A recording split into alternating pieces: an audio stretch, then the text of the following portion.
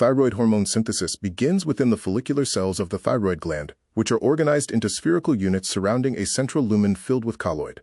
The process is strictly regulated by thyroid-stimulating hormone, which binds to its G-protein-coupled receptor on the basolateral membrane to activate the adenylate cyclase pathway and increase cyclic adenosine monophosphate levels. The first step involves the active transport of inorganic iodide from the bloodstream into the cytosol via the sodium iodide symporter. This transmembrane protein utilizes the secondary active transport of two sodium ions moving down their electrochemical gradient to pull one iodide ion into the cell against its gradient. This step is inhibited by anions such as perchlorate and pertechnetate. Once inside, the iodide moves across the apical membrane into the follicular lumen through a chloride-iodide exchanger called pendrin. Mutations in this transporter lead to pendrid syndrome characterized by sensory neural hearing loss and goiter. Concurrently, the follicular cell synthesizes a large glycoprotein called thyroglobulin, which is rich in tyrosine residues and secreted into the colloid via exocytosis. At the apical membrane, a crucial enzyme called thyroid peroxidase performs three essential functions including oxidation, organification, and coupling. First, it oxidizes iodide to iodine using hydrogen peroxide as a substrate.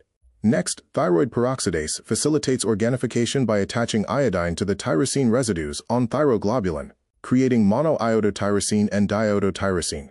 This step is inhibited by high levels of iodide known as the Wolff-Chaikoff effect. Following organification, the enzyme catalyzes the coupling of these iodinated tyrosines.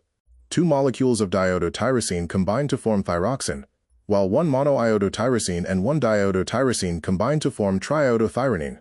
The ratio of thyroxine to triiodothyronine produced is approximately 10:1. Thionamides like propylthiouracil and methimazole inhibit thyroid peroxidase, while propylthiouracil also blocks peripheral conversion. The iodinated thyroglobulin is stored in the colloid until stimulation occurs. Upon demand, the cell takes up colloid via pinocytosis. Endosomes containing thyroglobulin fuse with lysosomes, where proteases cleave the hormones from the protein backbone. Free thyroxine and triiodothyronine are released into the blood, while remaining iodotyrosines are deiodinated by thyroid deiodinase to recycle iodine for future use. Deficiency in this enzyme mimics iodine deficiency. In the periphery, thyroxine is converted to the more potent triiodothyronine by 5' deiodinase, while starvation or illness can favor the production of inactive reverse triiodothyronine to conserve energy.